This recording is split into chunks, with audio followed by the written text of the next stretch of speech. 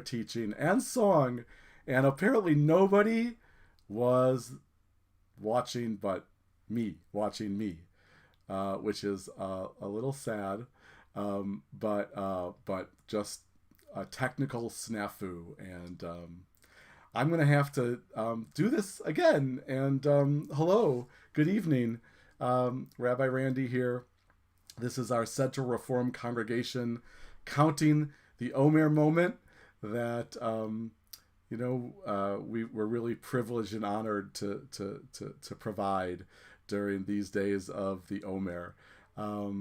So I want to say from my house to all of your homes, good evening, and most of all, I hope you're all well. These are very difficult and challenging days in many, many ways, and there's a lot of sadness and a lot of challenge out there, but I hope that you're all well, and I know that there's people near and far that are going to watch this live, but also they're going to watch it as a video on our Central Reform Congregation Facebook page and our YouTube channel and various other outlets. So I'm here to count the Omer, to give a little moment of intentionality, I guess. The Omer, for those of you, I'm sure many of you know, and many of you have been counting the Omer yourselves, and I'm sure there's others that this might be the first time you've heard about it. So the Omer is the 50-day period that takes us from the holiday of Passover, which seems like it was a very long time ago as we quarantine, but well, you'll find out exactly how long ago it was when we do our official count, to the holiday of Shavuot, thereby taking us in our story, the story of the Jewish people, from the grand moment of freedom to the equally grand moment of responsibility, right? So Passover is the liberation from slavery in our story. But Shavuot, 50 days later, is the time in the story we receive Torah, those guidelines and rules and ethics and values that are still teaching us through interpretation how we should live our lives in an ethical and a meaningful way. It takes us in the story from the landscape of the desert to the mountaintop. It also is a seasonal journey. The Omer takes us from the season of spring, which of course we're still in now, all the way to the season of summer. And as we know, on our American Western calendar, we're close to the month of May, which is still in the spring, but gets us closer to summer. And on the Hebrew calendar, we just had the new month a few days ago, transitioning from the month of Nisan, the month of Passover, to the month of Iyar, again, a spring month that brings us closer to summer. And so I guess for me, one of the principles of the Omer is that those two endpoints, right? Passover, Shavuot, spring, summer, freedom, responsibility, those are utterly significant moments, milestone moments. And yet the Omer teaches us something that we also learn in the book of Ecclesiastes, in the Bible, that Pete Seeger and the Birds turned into the song Turn, Turn, Turn. There's a time to be born and a time to die. And obviously, on all of our journeys, our birth and our death are utterly significant. And yet, what really is pertinent and important is what happens in between. And that's what the Omer teaches us, that, in between those milestone moments, there's a lot of life to see and to live and to experience and to share.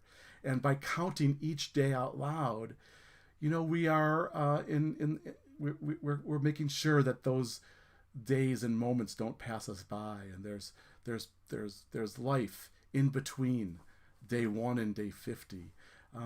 But in this time of shelter in place, that I've been calling, the prayer is that we're also sheltering in peace. Obviously, things have changed. The way these 50 days were going to play out. Our plans have changed, and our lives have become restricted, and the things that we were looking forward to, many of them they can't exist for us right now because of the narrowness of our really important sheltering, life-saving sheltering. And yet it's different. This time is different than it would have been if there hadn't been the outbreak of the virus. And at the same time, other things have arisen that I think we never would have dreamed we'd be doing if it wasn't for our sheltering. And so for me, in just a few minutes, when after we count the Omer, I'm going to do something that I didn't think I'd be doing, which is having a reunion with a group of people that I worked with back in the late 80s and early 90s in a program called Nature's Classroom. I really feel in these days, at least for me, and I think it's also true for others, I've had this deep yearning, a need, because we're in a crisis, to reach out to people who maybe I'm not in constant touch with or even regular touch with, or who I haven't spoken to a long time, but are part of me. And I want to see them, and I want to talk to them, and I want to catch up with them. Just there's an urgency in the air for me to tell the people in my life that I love them. And so this is part of that, So Nature's Classroom is an outdoor education center in New England. I worked for 3 years at Nature's Classroom at 3 different sites. First, I worked in near Long Island Sound in Connecticut, and Iverton, Connecticut. And then I was in Colebrook, which is in the foothills of the Berkshires, also in Northwest Connecticut.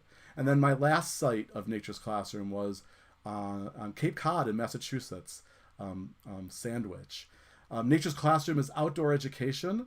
It brings middle school students mostly to the woods, and the teachers of the school become the chaperones for the Monday through Friday sort of residential stay of the kids. And the staff that I was on, we were living in the woods full time, and we became the teachers, but different kinds of teachers, because we taught things like how to get maple syrup out of a maple tree, and how do you take a big block of ice and sort of shove it down a hill to demonstrate in miniature what the ice age was like, and erosion and the type of changes that the earth went through.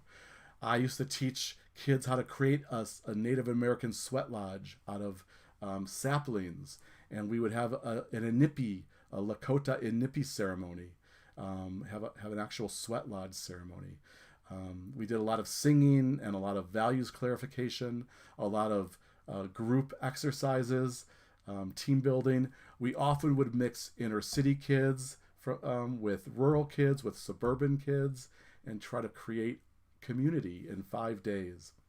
So anyway, I'm having this reunion, and I'm looking forward to it. And I hope there are things that are happening during this time that are different than what you plan, but that you also are looking forward to. And so anyway, in honor, I guess, of this moment for me on the 18th going into the 19th day of the Omer, because now that the sun has set and it's nighttime, it's the next day on the Hebrew calendar, I'm going to sing a song. It's a song I learned at Nature's Classroom. It's become one of my favorite songs. It's called On the Loose, and it's not a Jewish song or a Hebrew song, but it's got a great message. I will tell you one Jewish anecdote from this program, though. When I was in Colebrook, Connecticut, we had a staff of 20, and I was one of 4 Jewish staff members. We had this great diverse staff. We all loved each other, and everyone was really creative and interesting and talented. But there were 4 Jews, and in the house we lived in the woods, for some reason, we were all of the Jewish staff members were placed in the same wing of the house, right? And so we thought that was kind of funny, and we called our wing of the house the shtetl, and we hung up a big banner that said "Welcome to the shtetl," and so that was sort of our way of, and we had to explain to a lot of the other staff members what exactly a shtetl was. So that's how we share our cultures and our traditions. But anyway, the song. So thanks to Rabbi Daniel, I can do this. That's the chorus of the song. And then there's 3 verses, but you can sing along on the chorus once you catch on. You might even know the song. I sing it sometimes at CRC, especially for Hebrew school kids. On the loose. So, we can't really go on the loose during quarantining in a physical way. Temporarily we're very constricted. But maybe think of this for now, this going on the loose, an inward journey. A spiritual journey. So here's to going on the loose, however we can. On the loose to climb a mountain, on the loose where I am free, on the loose to live my life the way I think my life should be. For I only have a moment and a whole world left to see. I'll be looking for tomorrow on the loose. Have you ever seen the sunrise turn the sky completely red? Ever slept beneath the moon and stars, a pine bough for your bed? Have you ever talked with friends, though a word was never said? Then you're just like me and you've been on the loose. Right there in the left-hand corner. On the loose to climb a mountain, on the loose where I am free, on the loose to live my life the way I think my life should be. For I only have a moment and a whole world left to see. I'll be looking for tomorrow on the loose. There's a trail that I'll be hiking just to see where it might go. Many places yet to visit, many people yet to know. So in following my dreams, I will live and I will grow on the trail that's waiting out there on the loose. On the loose to climb a mountain, on the loose where I am free, on the loose to live my life the way I think my life should be. For I only have a moment and a whole world left to see. I'll be looking for tomorrow on the loose. So in search of love and laughter, I'll be traveling across this land, never sure of where I'm going, 'cause I haven't any plan. So in time when you are ready, come and join me, take my hand, and together we'll share life out on the loose. And forever we'll share life out on the loose. All right, try singing at home. Let's sing all over the place. On the loose. On the loose to climb a mountain, on the loose where I am free, on the loose to live my life the way I think my life should be. For I only have a moment and a whole world left to see. I'll be looking for tomorrow on the loose. It's on the loose, my friends. Family, because we're all family. So I want to say before we count the Omer that it's the Torah portion, Kedoshim, of love your neighbor, really love everybody. And we got to do that even in this crazy time when we have to avoid people and feel funny about being near people. We can't be near people, but even being far away from people, it's so bizarre. But somehow we got to follow that Torah value of loving each other. So it's